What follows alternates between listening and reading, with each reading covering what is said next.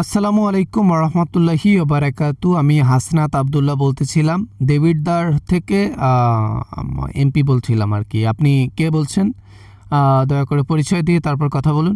Hello, কথা বলছেন না কেন? ওয়ালাইকুম আসসালাম রহমতুল্লাহি ওবারাকাতু।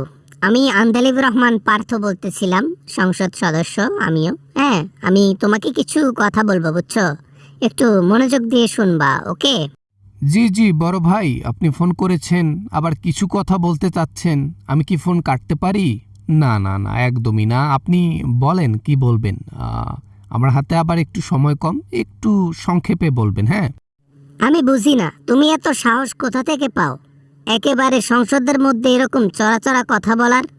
আমি আন্দালিব রহমান পার্থ, আমার উপরে কথা আজ পর্যন্ত কেউ বলতে পারলো না। তোমার হেডাম এত কেন? মিথ্যা কথার ওজন খুবই কম, আর সত্য কথার ওজন প্রচুর, যেটা লোড নেওয়ার মতো না। সত্য বলতে আমি দ্বিধাবোধ করি না, এতে যদি মারাও যাই যাব, তাও মিথ্যা কখনো বলবো না। না না, এই যে তুমি যে এত সাহস নিয়ে কথা বলো, এটা কিন্তু ভালো না, ঠিক আছে? আর বিশেষ করে আমরা যখন কথা বলি তখন তোমাকে ওইভাবে প্রতি উত্তর দেওয়া যাবে না। বুঝো না কেন? হ্যাঁ, এরকম বলা যাবে না। সংসদে আসছি এই জন্য, আমার এই কাজ, এইটাই হচ্ছে আমার প্রধান কাজ, যে কে মিথ্যা বলতেছে আর কোথায় কি বলতে হবে আমাকে, এটাই সংশোধন করার জন্য সংসদে আসা। দেশের মানুষকে আশা দিয়ে এসেছি, তাদের ধোঁকা দেব? তাদেরকে কখনোই ধোঁকা দিতে পারবো না। আমার জীবন গেলে পরোয়া করি না, যতদিন থাকবো বেঁচে সৎ কাজ করব, সৎ কথা বলবো।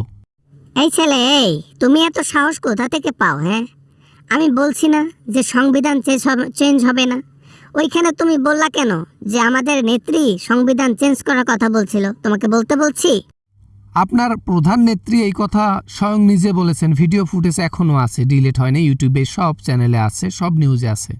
অথচ তার চেলাপেলা বলতেছে যে সংসদের যে সংবিধান রয়েছে, আমাদের ৭১-এর যে সংবিধান রয়েছে, সেই সংবিধান নাকি চেঞ্জ হবে না। তো এই গণভোটটা আমরা কিসের জন্য করলাম? দেশের মধ্যে সংবিধান চেঞ্জের জন্য করা হয়েছে, আর সেটা প্রত্যাখ্যান করার আপনারা কে? দেশের মানুষ তো পাগল, ওরা কি বোঝে সংবিধান কি? হ্যাঁ, ওরা তো হ্যাঁ না ভোটে খালি ভোটে দিছে। আমরা তো আসল বুঝাইয়া, আমরা তো আসল শিক্ষিত, ভালো মন্দ তো আমরা ভালো বুঝি, ওরা কি বুঝবে? আমি এখন একটা তেতো কথা বলি, বাংলাদেশের মধ্যে এমনও ভালো ব্যক্তি এবং বুঝদার ব্যক্তি আছে যে আপনাদের মতো লোক কয়েকশো ওই পিছনের পকেটে নিয়ে ঘোরে, মানে এত জ্ঞান তাদের। আর আপনি বলতেছেন বাংলাদেশের মানুষ কি, গণভোট কি? বাংলাদেশের মানুষ স্বয়ং গণভোট করেছে একটা নিয়ম বা একটা সংবিধান চেঞ্জ করার জন্য, সেখানে আপনার মতো চেলাপেলা কিভাবে এইটা বলার সাহস পায়? না না, আমরা তো আর জনগণের খেলাপে যাচ্ছি না, আমি তো সেটা বলি নাই।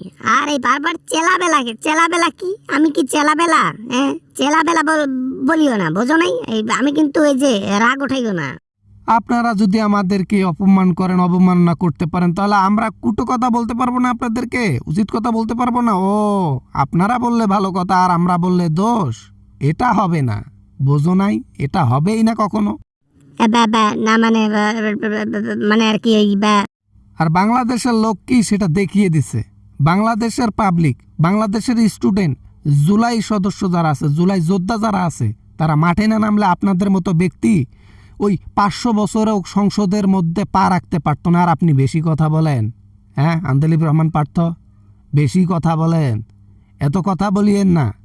ওই আমরা রাস্তায় না নামলে আপনাদের মতো লোক ওই চেয়ারে বসার ওই ইয়ে রাখতো না, হেডাম রাখতো না। আমাদের জন্য পাইছেন, বুঝতে হবে, জুলাই যোদ্ধার জন্য পাইছেন। কথাবার্তা যা বলবেন হিসাব করে বলবেন, সত্য বলুন। সত্যর ওয়েট বেশি, সত্য মানব, মিথ্যা বললে সেটা এক মুহূর্তের জন্য মানব না, ইনশাল্লাহ। ফোন রাখলাম।